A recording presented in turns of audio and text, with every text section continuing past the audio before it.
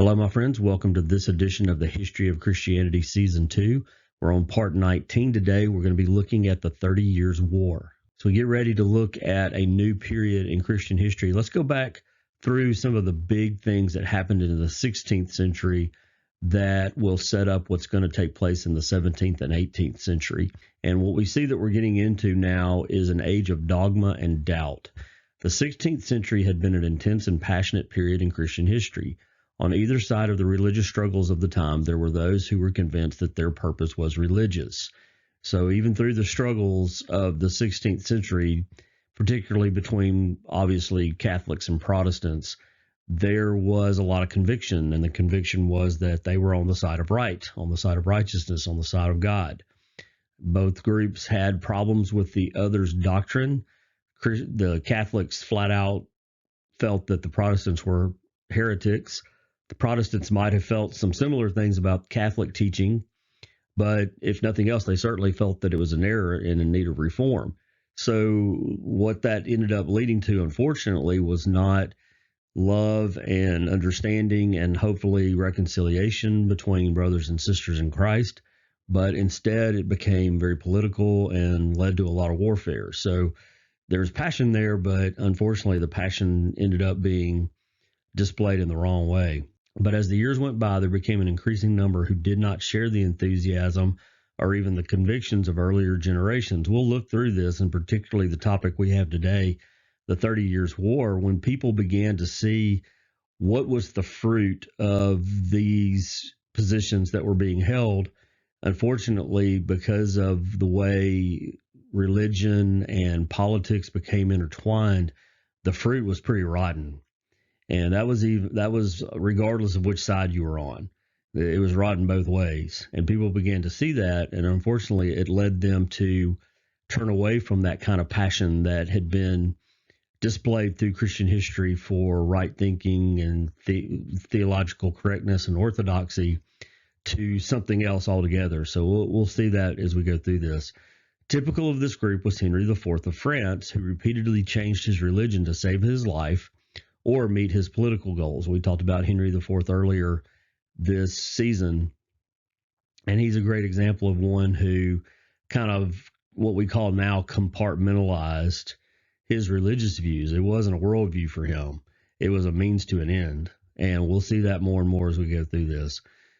When he finally achieved the throne, his policy of limited religious tolerance was one of the pillars on which modern France was built. During the 17th and 18th centuries, many followed his examples. So one good thing through this was that the Western world is getting away from the idea that you must have one religion within a given area and that it can't survive, really. A state can't survive, even a country can't survive unless the leadership and the people are aligned in religious belief. That's going to go away. And that's a good thing. So not even things that maybe we would look at and think, well, that wasn't a great thing, or it led to some bad things later on. There's still good in it too sometimes. And typically there is. You can find good and bad. And certainly it was a great need for our world, our civilization and culture to come to the understanding that you can coexist without having the same religion. And that's going to happen more and more as we go through the 17th and 18th centuries. In Germany, the 30 Years' War had a similar effect as the earlier religious wars of France. We talked about how the people in France finally got wore down, that so much so that in the latter days of the wars that broke out there, the Catholics even would come into the defense of the Protestants, not because they all of a sudden had a change of heart and believed that the Protestants were correct and maybe even still consider them to be heretics, but they were tired of the wars. They were tired of what it was doing to them. The wars took a large toll, not on the leadership that helped promote them, but on the people who had to fight them or had to live in the midst of fighting. And people began to finally say, enough of this. We've got to find a better way. So we saw that in France. We're now going to see that in Germany through this period of time and the 30 Years' War, and Germany primarily, but even areas around it. The war hindered the political unity of Germany at a time of great nationalist sentiment. As in France, many Germans began to come to the conclusion that doctrinal disagreement should not lead to war. So they're going to come to the same thing. Unfortunately, it took a very long and bloody war to do it, but they're going to finally decide, the juice is not worth the squeeze. What we're doing is not good and it's not helpful. Unfortunately, they never really did come, or at least not at this period, to the conclusion that there shouldn't have been wars to start with. They just finally decided, yeah, maybe, you could make a claim that you should fight somebody because you don't agree with them or because their positions are heretical, but it's not worth it. So it's a little bit, it's not the best motivation for it, but it led to something better. And so that, in that way, it was good. But the motivation behind it also led to something worse. And we'll see that more as we go through this. As a result, rationalism began to take hold of Europe, and the 17th and 18th centuries were characterized by doubts regarding traditional dogma of both Catholics and Protestants. So this is the downside of this. This is the bad side. There becomes indifference. There becomes doubts. There becomes apathy. And this idea of rationalism begins to take hold, and it's the enemy of objective truth. And obviously, it's going to have problems with any kind of staunch doctrine or orthodoxy. So we're going to see the undermining of traditional Christianity as we go through this. And that's the bad side. The good side is you've got more tolerance. The bad side is the reason for the tolerance is that people basically are starting not to care anymore. And it really hasn't recovered to this day in Western Europe and a lot of the Western world. The United States still probably not at that point, or at least not as far down that road as Europe is, but is certainly heading that way as well. Yet there were also theologians of the 17th and 18th centuries who zealously defended the teachings of the great leaders of the 16th century.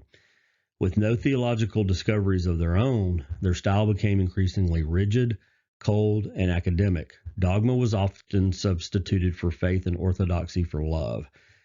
There's still a group that's going to fight for traditional Christianity, for orthodoxy, and for getting away from rationalism and apathy.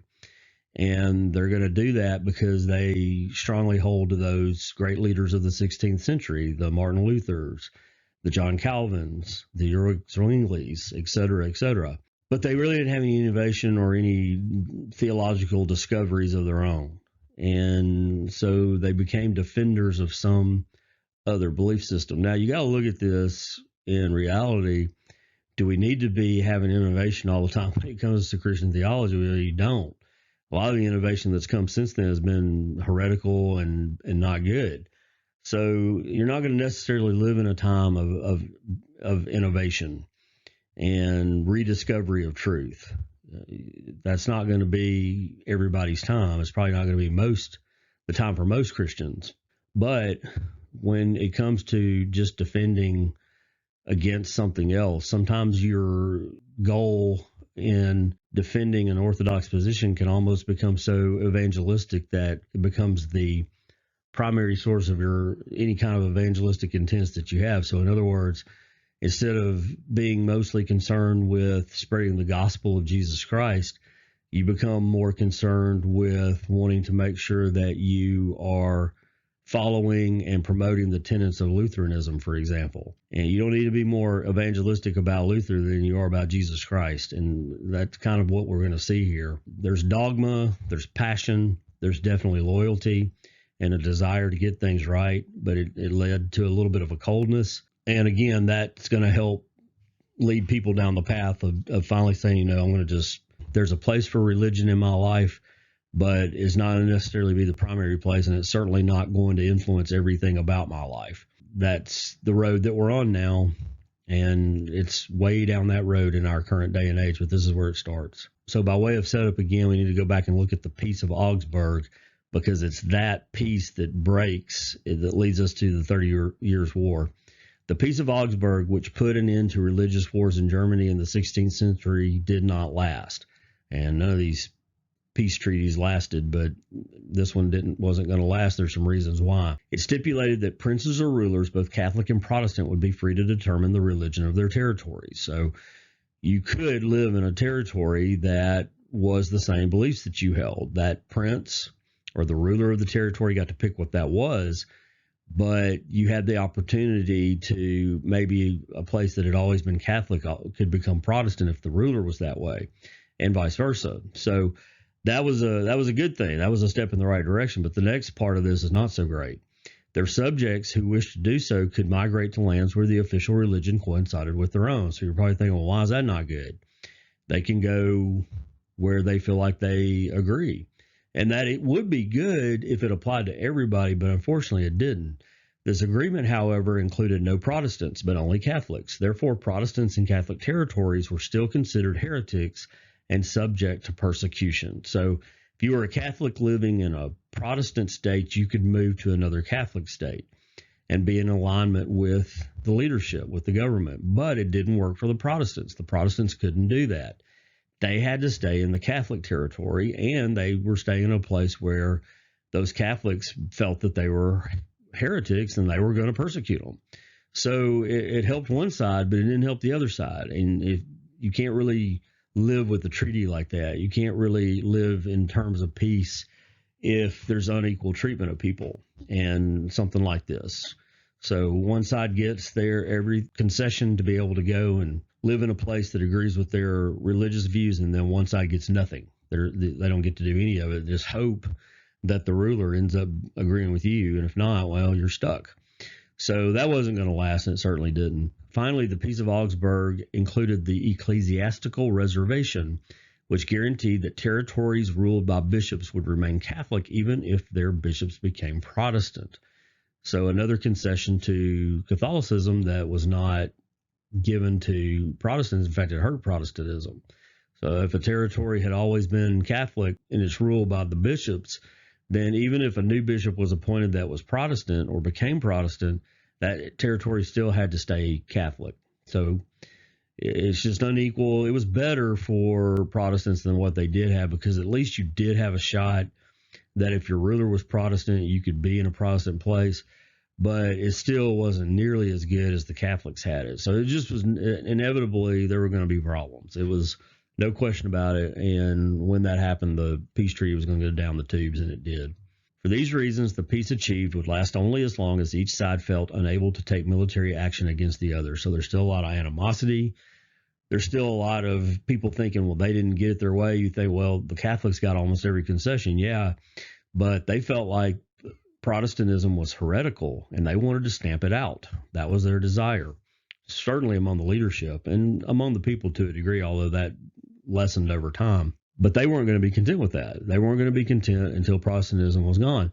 For the Protestants, they're looking around and thinking, okay, well, this isn't really too fair for us. I mean, yeah, we got a little bit of a concession in the fact that the ruler might be able to agree with us now if we get lucky and have the right ruler, but we're not getting to move around like the Catholics are. We're not getting these concessions. So each side would like to change things, and they would take military action if they could, but they had to wait for the right time. And eventually, of course, that time came. And it came, as historical events typically do, through a series of events that took place. Rudolph II, who had become emperor in 1576, was not trusted by Protestants. He was raised in Spain under Spanish teachers, Catholic teachers, Jesuits, and as such, the Protestants knew that Spain kept a very tight rein on anyone that they had influence over, and it was completely Catholicism, no concessions to Protestantism whatsoever.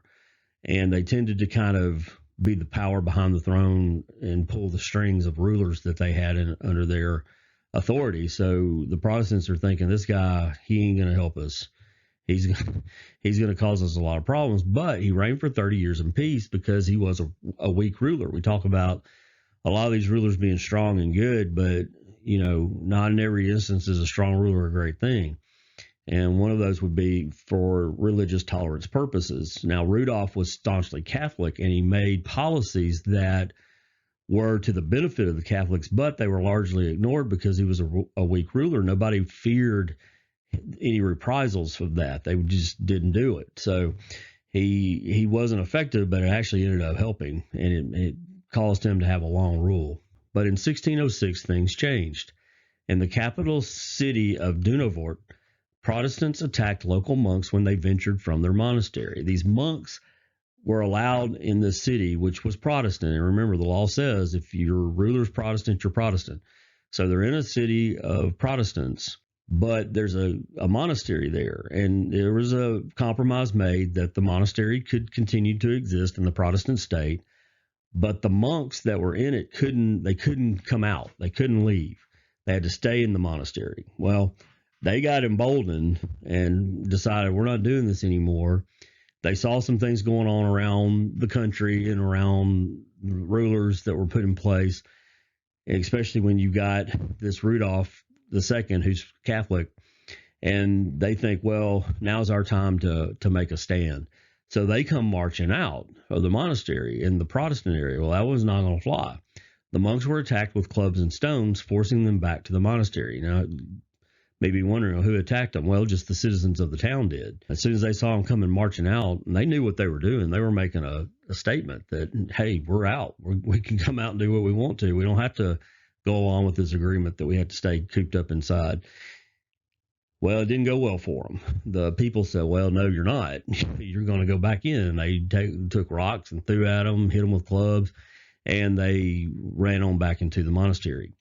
Such incidents usually ended with a word of admonition to both sides. However, in this case, more drastic measures were taken. So usually there'd be a little slap on the wrist and a don't you do that again, and both sides would get that.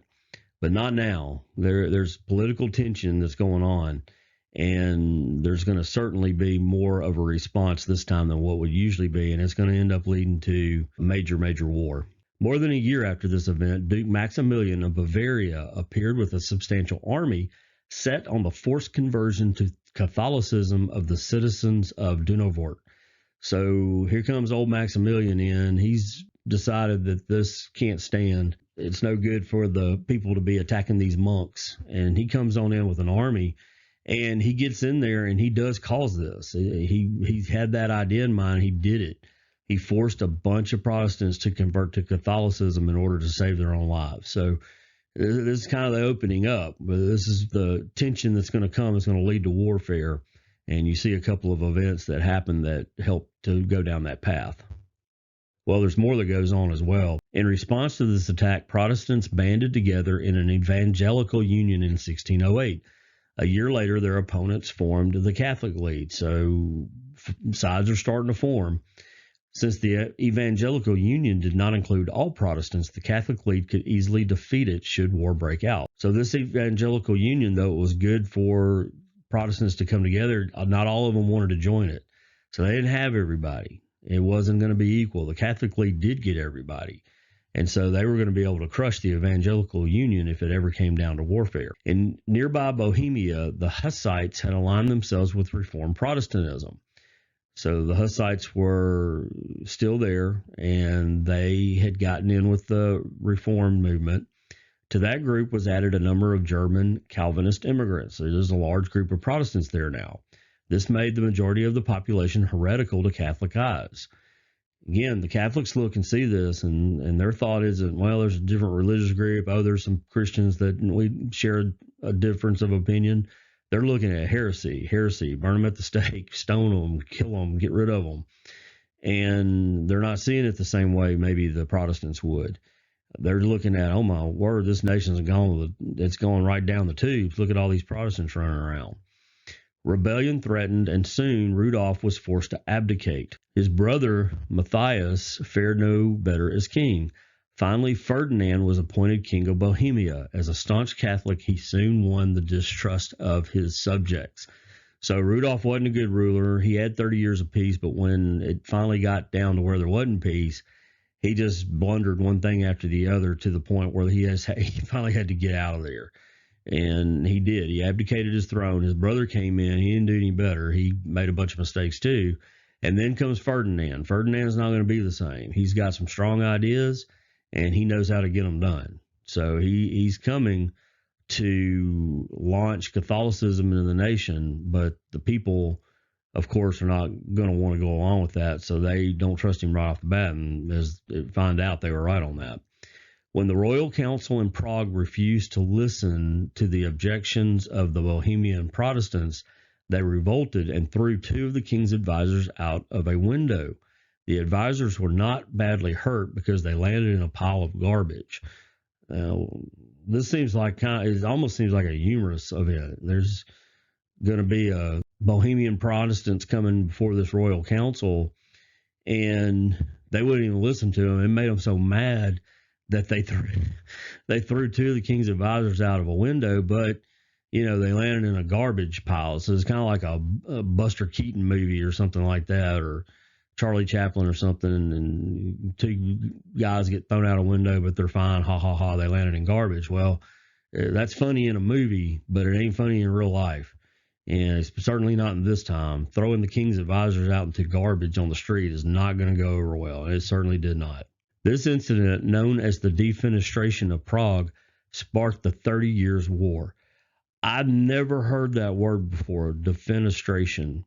When I was reading this, I didn't know how to pronounce it, and maybe I'm not pronouncing it right. I don't know, but I also didn't know what it means. So I went to look it up, and it actually literally means to throw somebody out a window. It's amazing to me that in the history of the English language, there were so many people being thrown out of windows that a term had to be coined for it. And it was defenestration. That means to throw somebody out a window. So you learn something new every day. You all might have already known what that word meant. I didn't know it. I was ignorant of it, but I learned a new word. So if I ever see anybody thrown out a window, I'm going to throw it out there. I'm going to bust it out and really impress people. But, the chances of that happening are slim. So I'll probably just have to file that on away.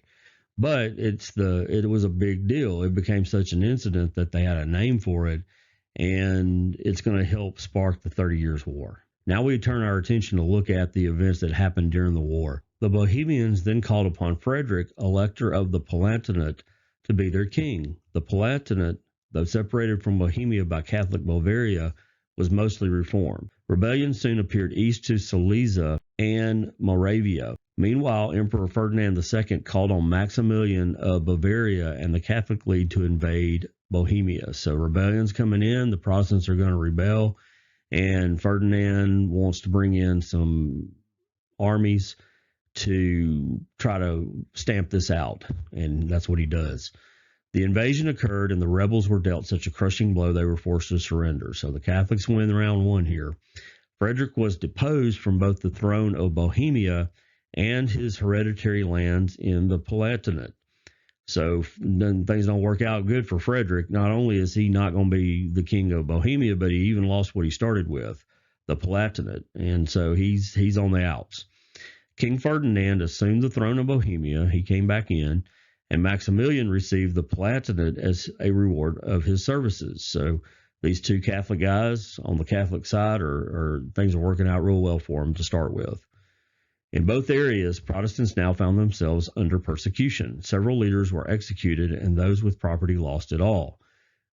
It was bad enough that things weren't going so great in Bohemia, but the Palatinate was Protestant, and all of a sudden now all the people there are under Catholic rule. So it's not working out good for any Protestants at this point. The war has not gone well. It's going very badly. In Bohemia, it was decreed that by Easter of 1626, anyone not ready to become Catholic must leave the country. Now, you look at that, and it's bad. You're kicked out of your home, but on the bright side, at least they're not rounding them up and killing them all. Well, that's definitely happened before. So not a great situation for the Protestants. Easter time, 1626, you got to be out. And the Catholics are in charge. They're winning, and they're taking advantage of it. These and similar measures caused such devastation that over the 30 years of the war, the population of Bohemia declined by an estimated 4/5. That is amazing. The population of a nation declined by 4/5. So only 1/5 of the population when the war began was still in the country when it ended. I mean, it's 30 years later, so you have people dying anyway, but they were dying off and nobody was coming in to take their spot. And the population had really declined because of this. It just shows you how devastating this war was. It's interesting historically, but for people who lived in it, it was horrific. But as we know in history, the winds of history change on a dime, and they will again. But late in 1625, England, the Netherlands, and Denmark joined a Protestant league that sought to invade Germany and restore Frederick to his lands of the Palatinate. So the Protestants aren't going to just sit back and take this. They're going to strike back, and some other countries get involved as well. Meanwhile, Ferdinand II resolved to raise his own army, which he placed under the command of Albert of Wallenstein. So here, Ferdinand wants a new army. He doesn't want to just rely on the Catholic League. He wants to have his own army as well, and he gets them together and he puts them under the command of this guy Wallenstein. Therefore, when Christian IV of Denmark invaded Germany, he had to contend with both Maximilian's and Wallenstein's armies. So he's got a war on two fronts. He's got two different armies that he's having a fight against under two different commands. So that's not going to be a good thing. After battling, Ferdinand II and Christian IV agreed to the Treaty of Lubeck. The Danes withdrew from Germany, and thousands of forced conversions to Catholicism followed. So once again, the Protestants lose out on this. Even though there's a treaty, it doesn't lead for anything good for the Protestants. They end up having to be forced to be Catholics again. So things are going down for the Protestants once more. They're not doing well. In 1611, Gustavus Adolphus had inherited the Swedish throne. As he grew and gained power in Sweden, Adolphus turned his attention to the threat of the Catholic Habsburgs. So this is going to be the guy that's going to turn the tide for the Protestants. They don't know it yet. He's a young guy who inherits the Swedish throne. At that time, Sweden didn't really have a whole lot of power. It was largely occupied by other nations. But as this guy comes along, Adolphus, he is going to change things. He gains power. He kicks foreign invaders out of his country and retakes land in Sweden. And he's going to get to the point where he actually can turn away from worrying about his own country and move towards looking at other places. And he sees the Catholics. He's a big time Protestant. He sees the Catholics and what they're doing, and he doesn't like it. So he wants to be the guy that comes in to help the Protestants. Adolphus was a staunch Lutheran who was concerned about the events taking place in Bohemia and in Germany. He felt compelled to intervene. In 1630, Gustavus Adolphus invaded Germany. So here he goes. Everything's good at home, so he's free to go venture outside, and he's going to take the fight to Germany. Ferdinand had disbanded Wallenstein's army, so Gustavus faced only the army of the Catholic League. At first, the German Protestants did not give him support, but eventually he was able to gain their trust. Several German Protestant princes came to his support. This guy comes in, he wants to help the Protestants out in Germany. They're not really going to jump on his side right away. They'd seen other people come in and offer to help them, and what they ended up doing was getting their land taken and getting mistreated. Well, this Gustavus didn't do that. He did things the right way. He helped people. He was compassionate. He didn't go and take their lands. He protected them. He didn't let other nations come in and take over if they were part of any kind of treaty they had or was part of the army that came in to fight. They didn't automatically get to take land in Germany. So he did things the right way, and he earned trust. And as a result of that, the Protestant Germans started to help him. In the fields near Leipzig, the Catholic League was roundly defeated. Gustavus Adolphus continued his march through southern Germany, threatening Bavaria, the very heart of the Catholic League. Meanwhile, his allies invaded Bohemia. So he is winning battles. He is taking the fight to the Catholics. Things have turned in the side of the Protestants finally because they got a good leader involved. By then, many Catholic leaders were suing for peace and willing to agree to the terms of the Swedish king. Religious tolerance for both Catholics and Protestants, the restoration of its ancient rights to the Kingdom of Bohemia, the return of the Palatinate to Frederick, and the expulsion of the Jesuits from the empire. So Adolphus has come through. He's won battles. The Catholics are saying, "Ooh, this is not looking good for us. Let's try to get some peace going here." And he had some things that they had to do. They had to guarantee religious tolerance for both sides equally and fairly. He wanted the Kingdom of Bohemia to be restored to its ancient rights. And then they wanted Frederick to get the Palatinate back that he was supposed to have. And then finally, they wanted the Jesuits out. They want them around. And these Catholics are agreeing to this. They're going along with it because they're looking and thinking, oh, it's not going to end up being just that we're going to have to make concessions to the Protestants. We're all going to end up Protestant because he's going to take over. And so they made concessions, but I can guarantee you not all of them are going to go along with that. And they certainly didn't. Ferdinand II once again called on Wallenstein, who came only after being promised vast rewards. So he said, hey, I need you back. We got some problems going on. Come on back and help us. Wallenstein attacked the Protestants who had taken Prague and forced them to withdraw. So he comes in, he starts to make a little move to fight back. He then gathered the remnants of the Catholic League's army and marched to Lutzen to do battle with the Swedes. So he comes on in. He wants to take on Gustavus Adolphus, and he's the one who thinks he can do it. He's won before, he'll win again. Wallenstein's army was crushed, but at a heavy cost. So he didn't win. The Swedish army that was joined with the Germans won easily, but it cost them a lot because the battle took the life of Gustavus Adolphus. So the big general king who came in, who orchestrated all these victories, he's dead now. They won the battle, but they lost a big piece in the process, and he's gone. The war then degenerated into skirmishes and protracted negotiations. So this 30 Years' War, it's coming down. It's going to just be a series of smaller battles, but they're going on all the time and trying to get some peace going. But the negotiations for it are taking a long time, and it just keeps dragging on and on and on. Wallenstein secretly negotiated with the Swedish governments for peace. When word got out about this, Wallenstein and several of his officers were murdered. It's impossible to know exactly who did it. The thinking is that Ferdinand II had it done, but there's no proof of that historically, so you don't know for sure, but it would make sense. He didn't want there to be peace, and he certainly didn't want to be cut out of the loop on it. So he would probably be the one that would be most likely. But again, you don't know that for sure. But regardless, you got both sides now. You got Gustavus Adolphus is killed, he's gone, and now Wallenstein's gone. So the big generals of these battles, of these wars, are gone now. So things are going to change. The Spanish Habsburgs sent an army to support Germany, and the French became bolder in support of the Protestants. So here we've got more armies coming in and wanting to get involved. The war caused great suffering among the people. The religious motivations for it were nearly forgotten.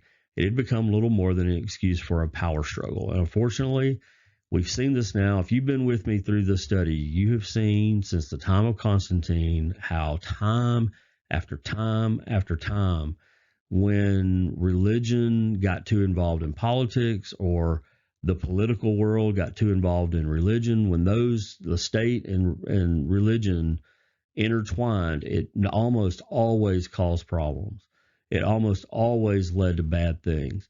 And once again, this has happened because when it all came down to it, when it comes to these wars over land and territory and rulers, really, it's not about religion anymore. They're not really fighting over that. They're fighting over their own, what they want. They want to have the land. They want to have the power. They want to have the throne. And religion is just a means to an end. So people recognize this. They started to say, and I look at it, these leaders seem like they're doing okay, but we're suffering. We're the ones who are having to go through this time and time again. Just as soon as one battle or war ends, another one is back, and it's always a religious issue. And so it's going to really make a knock on how the people viewed religious matters from that point on. But eventually peace did come. Ferdinand II died in 1637. His son, Ferdinand III, did not share his father's intolerance. So Ferdinand III, he's still a Catholic, but he's not really interested in fighting the Protestants. All parties involved were ready to end the war. I mean, it's 30 years of war. I think you'd probably be ready to end it. And they did so with this peace. The Peace of Westphalia, signed in 1648, put an end to the conflict known as the 30 Years' War. So 30 years later, 30 Years' War, this conflict's going to come to an end finally, but it's taken a heavy toll on people. France expanded its border to the Rhine, and Sweden received vast lands on the Baltic and North Sea. So France and Sweden came out really well in this. They were the main ones helping the Protestants out. and they ended up gaining greatly from it. German princes were given greater powers to the detriment of imperial authority, so that was good for the German princes who took up the cause. It was agreed that all princes and subjects would be free to follow their own religion as long as they were Catholic, Lutheran, or Reformed. So who does that leave out once again? The Anabaptists. The poor Anabaptists, they were looked at being subversive, so it didn't matter which side. None of them liked them. And so they didn't get a seat at the table. But the Catholics, the Lutherans, and the Reformed all were given tolerance. Buildings and institutions were to revert to the ownership of the religious confessions that had held them in the year 1624. So things went back to what they had been in 1624. Whoever had it then got it back. A general amnesty was granted to all who, during the war, rebelled against their masters, except in the hereditary possessions of the Habsburgs. So they kind of got a mulligan on that. Well, you rebelled, but we're going to just forget about that. The principles of tolerance of the Peace of Westphalia were not born out of deeper understanding of Christian love, but out of a growing indifference to religion. Even those who were deeply committed began to feel that religious convictions should remain private. You can understand why this is going to take place, because they have seen almost nothing positive take place as a result of religion being a factor in everyday life, and particularly when it comes to political things in the state. So the people had just had enough at this point. It had been going on for centuries that religion seemed to be the problem for everything. Now, when they move away from it, did that mean wars and conflicts ceased? No, there were just different reasons for them. The real reasons that were taking place anyway came out, and the religion part was put to the side. But unfortunately, by then, the damage had been done. There is a growing indifference to religion. People just don't care about it. So while the tolerance is a good thing, the motivation for the tolerance really wasn't a good thing. Thus, the modern secular state began to develop. A growing doubt about the authority of theologians and the need to follow the dictates of orthodoxy continued to grow throughout the 17th and 18th centuries. This was partly a result of the 30 Years' War. So you see why it's important to look at these wars. I know in a lot of ways this becomes just, if you're not really into the history of Western civilization, then you might feel like, well, this is more political history than it is church history. But it's not, in the sense that these big political events, these big national wars, they had so much to do with the church at this point that it drastically, it just really affected it. And the thing that it did here is society-wise, civilization-wise, all of the people are beginning to move away from their passionate belief in any kind of religion. And they're asking questions, and they're thinking, is this really worth it? And in a lot of ways, they're coming to the conclusion that it's not worth it. And so we're going to see more and more of this pulling away from orthodoxy, pulling away from the religious underpinnings of the past, and moving more towards relativism and compartmentalizing religious life. And a big reason for it, among other things, was the 30 Years' War. So we'll stop right there, and we'll jump back in next week. We'll start looking at some of the more of the big religious movements at the time and how they affect the history of the church. We'll also, of course, continue to look at the political events as well. I hope you enjoyed this today. Thanks for taking time for it. Hope you have a great rest of your week, and God bless.